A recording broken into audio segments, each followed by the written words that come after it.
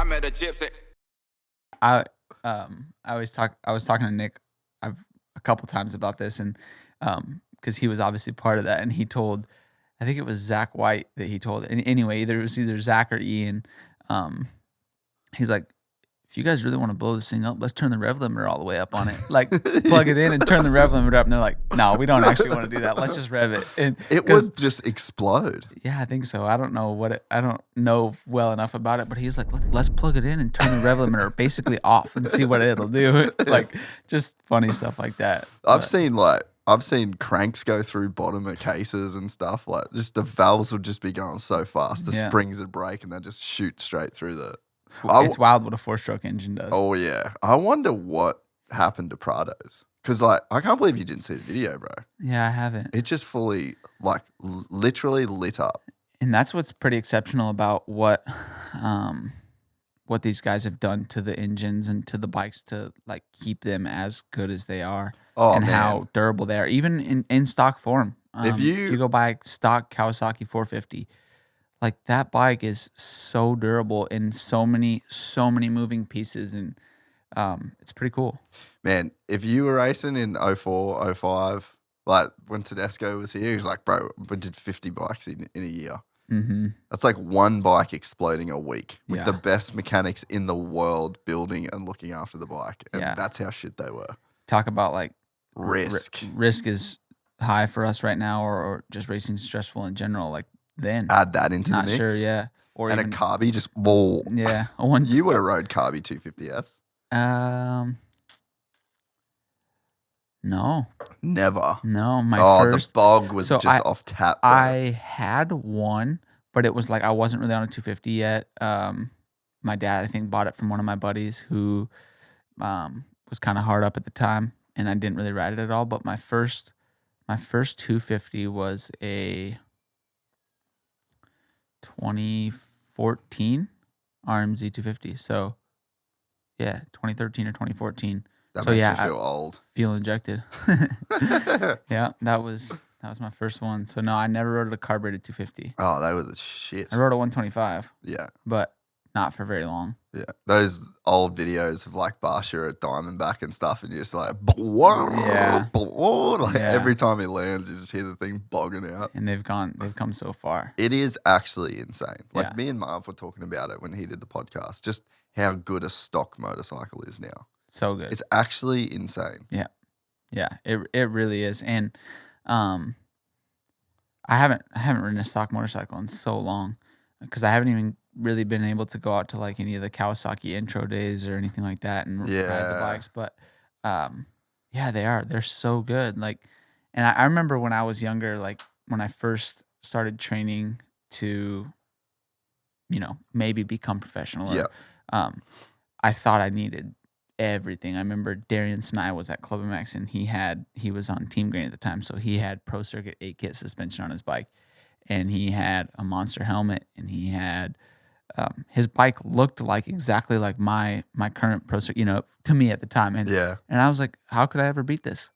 I have to have all of that in order. And I would call my dad and be like, I have to have 8-kit, and he's like, no, dude, we don't even have your stock stuff revalved good enough to even, like, we haven't even found it's limited even close. But the perception is like it's everything. You have to have it. But yeah, the stock bikes are really good. Have you rode the new 450? I have not. Dude, you got to ride that thing. Yeah, I haven't ridden one yet. We always have like a 450 for if it's pouring in Southern California for 2 weeks and we have to go ride some hills tracks or sand tracks. But I never ended up riding one this year. It's really good. Yeah. And really I think that I've heard they're changing the 250. They'll probably go to that new chassis. Yeah. So that usually they do like 2 years after. Yeah, first year and then go on to that. Yeah. It's awesome though, man. Yeah. Like the 450 is really good. Good. I'm a big 350 guy, but I liked it. I think you were out. Were you out there for the Kawasaki intro at Glen Helen? No, I missed the invite. Okay, I was dirty. It was like raining that day. We rode Supercross, and then we went down there and were just chatting with the guys, and they were doing the thing. But yeah. We actually did a lot of moto days at Glen Helen last year. Yeah, because I was just getting back on the bike end of September, and I did a lot of outdoor riding. Yeah. Just because I've missed I've missed outdoors for the last few years.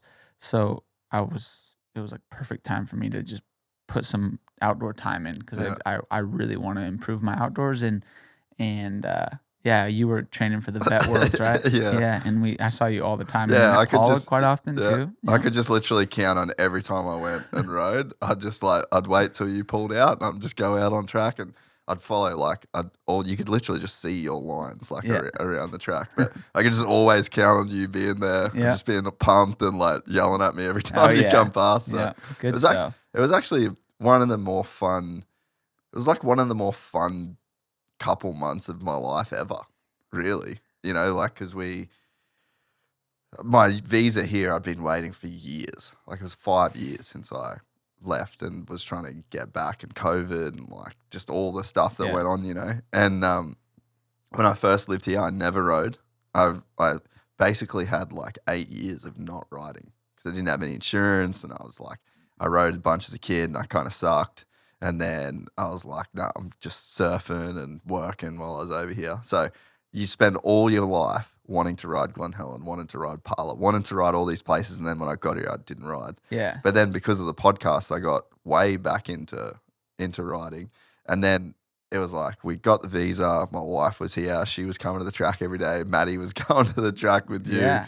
And it was like the first time I'd ever just got to almost like, just kind of like live life as like a pro in a sense. And you were working towards something. Exactly. Kind of like what we were talking before. Like you're always working towards something with your podcast. Like I said, with the studio in here, and like this is so cool what you've built with this, and even the following and the people that you've brought on.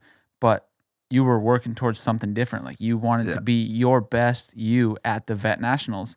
And so you had like a purpose to be the best dirt bike racer you could every day. And that feels so cool it's so much fun. And it's endless. Yeah. You'll never not be able to get better at it. We're excited to announce the launch of our new membership site, gypsytales.com, packed with exclusive content and perks that you won't find anywhere else. This is your chance to become a part of the Gypsy Gang. And as a special bonus, if you sign up to an annual membership, you'll be entered into the draw to win our custom-built TC125. Gypsy Gang.